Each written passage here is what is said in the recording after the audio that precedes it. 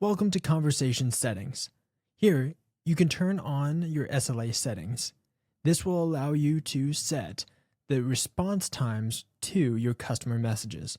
This will help you and your team respond very quickly and identify which messages are due soon and which ones are overdue. Here, you can choose whether or not a common SLA setting is applied to all channels or to individualize the SLA settings.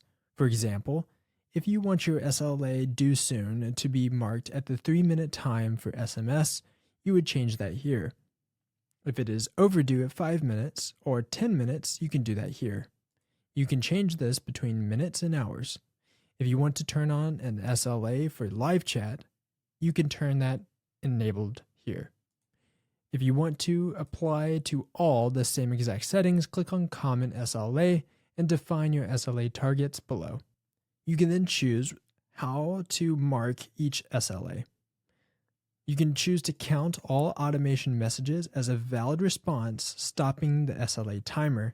For example, if you have a workflow that automatically sends a message, then with this checkbox, SLAs will then be disabled for that particular automation and conversation with this contact.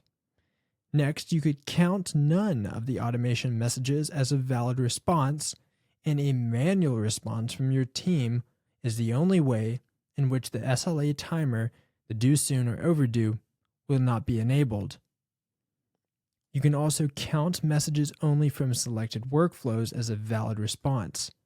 You can choose one or multiple workflows as valid responses. This may be ideal for things that are more custom, may work very well here.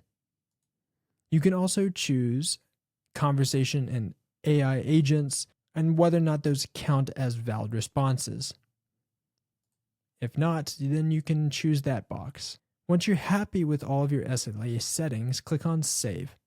Note that when you modify a new SLA setting, it will only apply to new incoming messages and not the existing ones.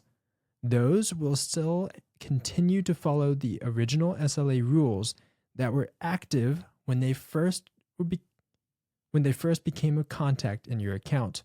Underneath the Conversations tab, you have the ability to click on Filters, and you can filter by SLA status. SLA settings will now show up on the contact record as an identifying orange or red box based on your settings that you have now set underneath SLA settings.